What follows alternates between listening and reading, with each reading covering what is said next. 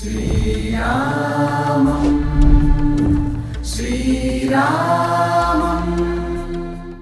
ప్రస్తుతం మనం ఉన్నాము అయోధ్యలో ఉన్నటువంటి రామ్ సేవాపురంలో. ఇక్కడ రామ మందిర నిర్మాణానికి సంబంధించి కొన్ని కీలకమైనటువంటి ఘట్టాలు ఉన్నాయి. నాకు కుడివైపున రామ మందిరానికి సంబంధించి మహాద్వార ఇక్కడ నిర్మాణం అవుతోంది. మహాద్వారాలని ఇక్కడే చెక్కుతున్నారు. అనురాధ టింబర్ అసోసియేషన్ హైదరాబాద్కి చెందినటువంటిది.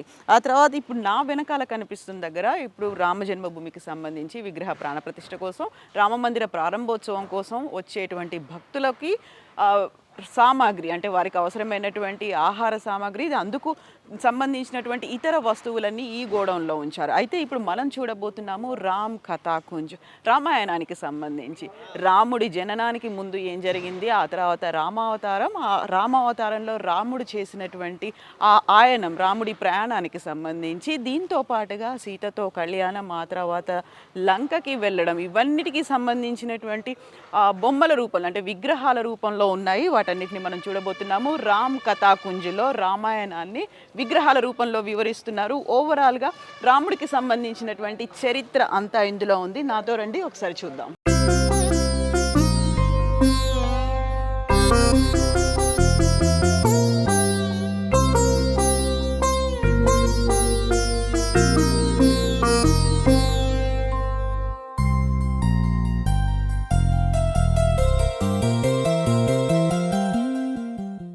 రామ్ కథాకుంజ్లో భాగంగా మొట్టమొదటగా ప్రారంభమవుతుంది మనకు ఎదురుగా కనిపించేది పుత్ర కామేష్టి యాగం. దశరథ మహారాజు చేసినటువంటి ఈ యాగానికి సంబంధించినటువంటి విగ్రహాలు అనేవి కనిపిస్తాయి. ఇది మొదటి విగ్రహంగా కనిపిస్తాయి. ఇక్కడ పుత్ర కామేష్టి యాగంలో దశరథ మహారాజు తనకు పిల్లలు కలగాలి, తనకి పుత్రులు కలగాలి అని చేసినటువంటి యాగానికి సంబంధించినటువంటి విగ్రహాలు అనేవి ఉన్నాయి. ఇక రెండవ వైపు కౌసల్య, సుమిత్ర, కైకేయి ముగ్గురికి కలిగినటువంటి పిల్లలతో దశరథ మహారాజు ఆడుకుంటున్నటువంటి ఒక సన్నివేశం కనిపిస్తుంది. ఇలా రాముడు, రామచంద్ర ప్రభు జననానికంటే ముందు నుంచి ఉన్నటువంటి వివరాలన్నింటినీ వెల్లడించేలా ఉన్నటువంటి విగ్రహాల్ని ప్రస్తుతం మనం ఇక్కడ చూస్తున్నాము. మనతో పాటుగా ఉన్నారు ఇక్కడ ప్రధాన శిల్పి రంజిత్ మండల్. రంజిత్ मंडल जी, जय श्री राम. जय श्री राम. तो आपको कितना साल लगा ये सब बनाने में? इनको बनाने में हमको लगभग 10 साल लग गया. 2013 से शुरुआत हुआ है. हाँ. माननीय अशोक सिंघल जी के आदर्श से ये बना है. हाँ, अशोक सिंघल जी से. उन्होंने हमको लाए थे आसाम से जब हम कक्षा 8 में पढ़ते थे. तब से आप यही हैं? नहीं, तब से हम विश्व हिंदू परिषद में है, दिल्ली में थे. फिर 2002 में माननीय चंपत राय जी जो राम जन्मभूमि ट्रस्ट के मुख्य जो अभी महासचिव जी हैं, उनके साथ आ गए थे कारसेवकपुरम में. बाद में ये हमको नानाजी देशमुख जी ले गए थे गोंडा में, चित्रकूट में, कोई जगह काम में हमको दिया गया था.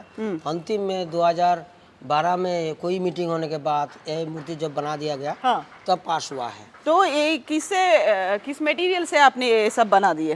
ये इसमें है सीमेंट, सरिया, गिट्टी, स्टील तार, स्टील जाली, केमिकल. ओ, ये सब सीमेंट से बना हुआ है? सीमेंट, सरिया, गिट्टी, स्टील तार. स्टोन नहीं है, स्टोन जैसा नहीं, डायरेक्ट स्टोन नहीं है. ये मोल्ड भी नहीं है, डायरेक्ट है. विदाउट मोल्ड डायरेक्ट प्रोसेस में है. हाँ, हाथों से बनाए हैं. जी. हाँ, इसीलिए सब ये डिजाइन ये सब आ गया ना जी. तो ये सब करने में आपको कितना साल लगा? 10 साल? हाँ, 10 साल लग गया. मैं अकेले करता था. हाँ. आप अकेले ही इतने सारे विग्रह कर दिए? जी. तो मेरा पिताजी आए थे बीच में मदद करने के लिए. हाँ. वो पिताजी थे मूर्तिकार नहीं थे, तो मेरा गॉड गिफ्टेड था, इनबॉर्न क्वालिटी जिसको कह सकते हैं. तो छोटे से मूर्ति बनाते बनाते बड़े हुए हैं.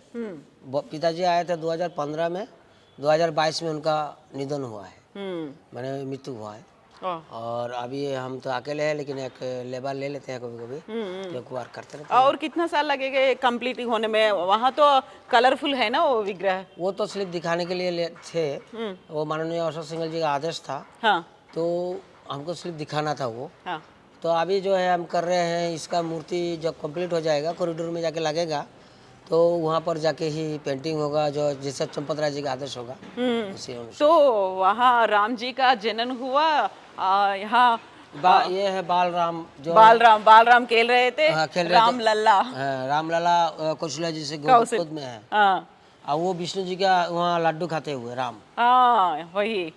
సో విష్ణు దగ్గరున్న అక్కడ ఉన్నటువంటి ప్రసాదాన్ని తింటున్నటువంటి రామ్లల్లా బాలరాముడి విగ్రహంతో పాటుగా ఇక్కడ మనకు కనిపిస్తోంది రాముడు శ్రీరామచంద్రుడు చిన్నప్పుడు తన తల్లితో కలిసి ఆడుకుంటున్నటువంటి విజువల్స్ అనేవి. ఇందులో ప్రతి అంశాన్ని చాలా క్లియర్గా వివరించారు. ఇక్కడ రాముడు లక్ష్మణుడు భరత శత్రుఘ్నులు ఆశ్రమానికి వెళ్ళి అక్కడ అన్ని విద్యలు నేర్చుకుంటున్నటువంటి విజువల్ కూడా కనిపిస్తోంది. దీంతో పాటుగా అన్ని యుద్ధ విద్యలు నేర్చుకోవడం, ఆ తర్వాత అక్కడే అదే సమయంలో రాక్షస సంహారం, వీటన్నిటిని వివరిస్తూనే ఇక్కడ కీలకమైనటువంటి మరొక ఘట్టం కూడా కనిపిస్తుంది రామ లక్ష్మణులకు సంబంధించి వారిని. సో यहाँ पर कल्याण कहाँ पर है जी? राम जी सीता मैया का कल्याण कहाँ पर है यहाँ? ये ऐसा एक्चुअली ये है पुष्प वाटिका, पहला दर्शन हुआ था। हाँ ये तो बाल वो ये तो पुष्प वाटिका है। जी जी। हाँ ये बाल राम से शुरुआत हुआ, ये तारकाबाद हुआ, हाँ फिर सुबाहु वध हुआ, फिर अहिल्या उद्धार आया, अहिल्या उद्धार के बाद जानकी जी का सीता जी मैया का जन्म हुआ। ये सीता मैया का जन्म हो बनाया नहीं, अभी बनाना बाकी है मेरा। ये मिथिला में हुआ। जी जी जी। हाँ ये उनके हाल बोते समय गाय से, हाँ तब ये उनका पतीला मिला था, हाँ और जिसमें से ये सीता जी का निकले थे। तो ఇక్కడ మనకి కేవలం రామ జననమే కాదు, సీతామయ్య జననం కూడా, జానకి మాత జననానికి సంబంధించినటువంటి వివరాలను కూడా ఉన్నాయి. సో ఇందులో ఇది మిథిలాకి సంబంధించినటువంటి అట్మాస్ఫియర్ని క్రియేట్ చేశారు. ఇక వెరీ ఫస్ట్ టైం రాముడు సీతను చూసేటువంటి దృశ్యం ఇక్కడ కనిపిస్తోంది. రామ లక్ష్మణులు వస్తూ ఉన్నప్పుడు సీత ఆ ఉద్యానవనం నుంచి రాముడిని చూసేటువంటి ఆ దృశ్యాన్ని ఇక్కడ వివరించారు. సో इसके बारे में बता दीजिए। हाँ, इसके ये है स्वयंवर सभा, जो जिसमें स्वयंवर। जी स्वयंवर में जो रावण भी आए थे और दूसरे देशों का राजा भी आए थे, और जनक जी है, इसमें जो वो रखा जाएगा, धनुष रखा जाएगा। धनुष रखा जाएगा। हाँ, तो उसी का एक दृश्य देने का प्रयास किया हमने, जो धनुष नहीं तोड़ पाया, इसी का एक सीन है, दिखाने का प्रयास किया है। ओके, ये यहाँ पर स्वयंवर के बाद, हाँ स्वयंवर के बाद ये है धनुष तोड़ने के बाद परशुराम जी के बाद साथ जो वार्ता हुआ था, हाँ परशुराम वार्ता में आया था, उसी का दिखाने का प्रयास किया है। ओके ओके, ये सब उसी का हाँ एक पार्ट है। हाँ। इसके ये है जो है दशरथ जी जो दुखी थे, 14 साल के लिए वनवास दिए थे। यहाँ पर तो कल्याण कहाँ पर है? कल्याणम नहीं है ना, सीता मैया का विवाह हो रहा था। और ये देंगे, इसका बनाएंगे, 2 स्क्रिप्ट बाकी है, धनुष तोड़ते हुए और सीता मैया का विवाह 2 बनाना है हमको। वही बाकी है। जी जी, अभी तो वो ये तो वनवास पे चले जा रहे हैं यहाँ से। वनवास है। वनवास में ये कौशल्या जी से विदाई है। हाँ कौशल्या जी से विदाई है। ओके, तो ये भी सीमेंट से बना हुआ हाँ, है सब सीमेंट से ये सब. సో వనవాసానికి వెళ్తున్నటువంటి దృశ్యం ఇక్కడ కనిపిస్తుంది. అయితే సీతామయ్య అంటే ఆ రాముడు సీతకి సంబంధించినటువంటి ఆ కళ్యాణ వివాహానికి సంబంధించి ఇంకా అది కంప్లీట్ అవ్వలేదు. ఆ విగ్రహాన్ని కంప్లీట్ అయిన తర్వాత ఇక్కడ ఇన్స్టాల్ చేస్తారు. సో వనవాసానికి వెళ్తున్నారు, వెళ్ళేటప్పుడు నార చీరలు కట్టుకొని నార బట్టలు కట్టుకొని వెళ్తున్నటువంటి దృశ్యం అనేది ఇక్కడ కనిపిస్తోంది మనకి. వశిష్ఠ జీ. సో అక్కడ వశిష్ఠ మహాముని మహర్షిని కలిసినటువంటి విజువల్, గుహుడితో ఉన్నటువంటి విజువల్, తను నది దాటడానికి గుహుడు ఎలా హెల్ప్ చేశాడో నిషాద్ రాజ్ అంటారు. నిషాద్ రాజ్ చేసినటువంటి హెల్ప్ ఇది ఇక్కడ కనిపిస్తోంది, నదిని దాటడానికి చేసేటువంటి ప్రయత్నం. సో ఓవరాల్గా అయితే ఇక్కడ రామాయణానికి సంబంధించి ఇలా పెట్టాలి, ఏర్పాటు చేయాలని. సో ఇక్కడ రంజిత్ మండల్ గారిని తీసుకొచ్చి ఇక్కడ ఈ కాన్సెప్ట్ రామాయణాన్ని ఏర్పాటు చేయాలనే కాన్సెప్ట్ వచ్చింది విహెచ్పికి చెందినటువంటి మాజీ అధ్యక్షుడు అశోక్ సింఘాల్ గారిది. అందుకని ఆ అశోక్ సింఘాల్ గారి విగ్రహాన్ని కూడా ఇక్కడ ఏర్పాటు చేశారు. ఓవరాల్గా అయితే కంప్లీట్గా రామాయణానికి సంబంధించి ప్రతి ఒక్క అంశాన్ని దేన్ని మిస్ అవ్వకుండా ఏది ఇంపార్టెంటో దాన్ని అందులో ఏర్పాటు చేసినటువంటి वनवास में जाते समय चित्रकूट जाते समय ये चित्रकूट विदाई देते हुए ये भृगु ऋषि आश्रम में भृगु ऋषि आश्रम में आए थे। ये वशिष्ठ ये है वाल्मीकि आश्रम में भोजन मतलब आहार फलाहार की ये सीन है। अभी ये बनाएंगे यहाँ पर थाली बनाएंगे, फलाहार भी बनेगा जी। सो ये तो ये बाकी जी ये है आपका चित्रकूट बनेगा, इसमें जो हिरन उरन बनेगा, पंछी बनेगा, ये सब बनाएंगे इसका। सुवर्ण हिरन वो बनेगा। यहाँ दशरथ महाराज जी का निधन है। हाँ, సో ఇక్కడ ఎవ్రీథింగ్ అనేది ఉంది. అక్కడ వనవాసానికి వెళ్ళిన తర్వాత అదే పుత్ర శోకంతో మరణించినటువంటి దశరథ మహారాజుకి సంబంధించి ప్రతి ఒక్క అంశాన్ని చాలా హృదయంగా ఉండేలా చిత్రీకరించారు. ఇక్కడ ఓవరాల్గా అయితే మనకి రామాయణానికి సంబంధించి ఎవ్రీథింగ్ ఉంది. సో ఈ విగ్రహాలని కితనే సారే మూర్తియా హై యహాं पर? मूर्तियाँ तो अभी प्रसंग के हिसाब से बनाया गया है।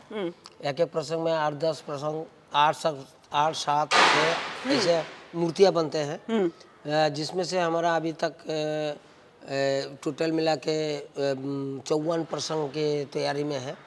अभी हमको कम से कम 90 से 100 तक जाना है। हाँ, आगे और भी 100 मूर्तियाँ चाहिए। 100 मूर्ति नहीं, 100 प्रसंग। ओके, प्रसंग चाहिए। सो टॉपिक्स है ना? ऐसा वो जैसे एक एक स्क्रिप्ट में हाँ, एक एक 7-8 मूर्तियाँ रहता है। ओके ओके उसी का एक प्रसंग मानते हैं हमको। ओके। तो ऐसा 100 चाहिए हाँ, आपके 100 प्रसंग? चाहिए तो 54 हो गया लगभग। ఓకే. సో ఒక్కొక్క అంశానికి సంబంధించి విగ్రహాల తయారీకి ఇంకా 54 విగ్రహాలు అనేవి మిగిలిన్నాయి. ఇవన్నీ అరణ్యవాసంలో ఉన్నటువంటి విగ్రహాలు. సో यहाँ पर तो वो नहीं बना क्या, रावणासुर राम जी सीता मैया को लेके जा रहे थे, वो आगे बन रहा है अभी। वो अभी बन रहा है? जी जी। इसमें अनुसुईया है, ये अनुसुईया चित्रकूट का है, हाँ, शूर्पणखा का है। तो इसके बाद लव कुश का जनन भी होगा नहीं इसमें? नहीं, लवकुश का नहीं कब दिखाया तक जाएगा। रहेगा? दिवाली ये के दिन अयोध्या में राज्याभिषेक, हाँ, राज्याभिषेक तक मेरा कंप्लीट, मैं प्रयास करूंगा जल्दी हो जाए। ఓకే రంజిత్ మండల్ జీ, జై శ్రీరామ్ జై సియారామ్. జై శ్రీరామ్. సో ఓవరాల్గా అయితే రామ జననం నుంచి రాముడి ప్రయాణం అంతా, తను చేసినటువంటి జర్నీ అంతా ఇందులో కనిపించబోతోంది. రావణాసురుడి వధ తర్వాత పుష్పక విమానంలో తిరిగి అయోధ్యకు చేరుకునేంత వరకు ఈ రామాయణ గాథ అనేది ఉండబోతుంది. ఇది రామాయణ కుంజుకు సంబంధించి అయోధ్యలో కరసేవాపురంలో ఉన్నటువంటి అందమైన అద్భుతమైన మూర్తులు. శ్రీరామం శ్రీరామ